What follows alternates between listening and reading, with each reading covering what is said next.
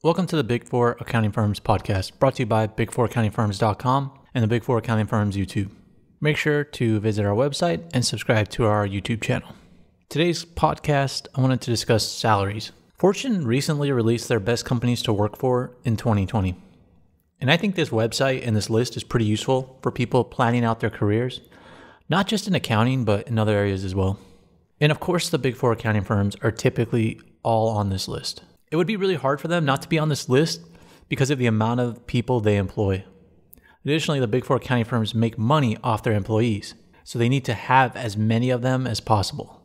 And Big Four employees are also mostly all professionals. In other words, they are white-collar, full-time employees. Therefore, the Big Four have to have high-end benefits to attract and keep their employees. So these type of lists, like the Fortune Best Companies to Work For list, are pretty good for determining the benefits that each Big Four company has.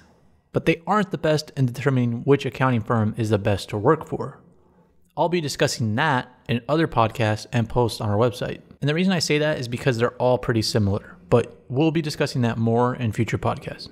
After looking at the information on this list though, I think they are pretty good at telling us some particular information. The information that I think is very interesting is the average base salary. Each company on this list has the opportunity to provide an average base salary for the most common job at their firm. Surprisingly though, none of the accounting firms decided to disclose this number except for PwC.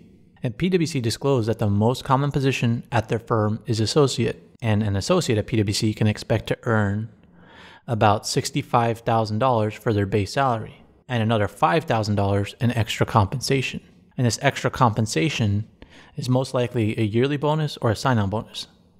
This tells us a lot of information. For those of you wondering what salaries are like in the Big Four, this is a good starting point. Based on my experience and those of my friends and peers, this number seems very accurate to me. The only thing that doesn't seem accurate to me is the extra compensation for an associate. Big Four firms don't typically provide a $5,000 bonus to just associates. So this seems like it might be either a sign-on bonus or it could be a bonus for experienced associates. Another thing this tells us is that bonuses aren't that great at the Big Four. They are less than 10%.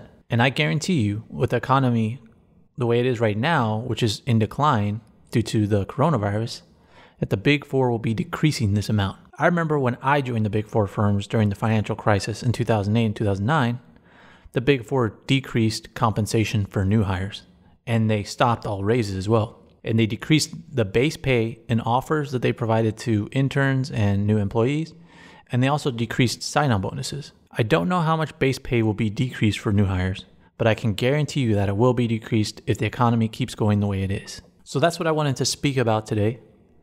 I wanted to provide an update on salaries, and I don't think they've changed much over the years. But for those of you wondering what salaries are like, I wanted to show you that the Big Four, in some scenarios, do provide the information themselves.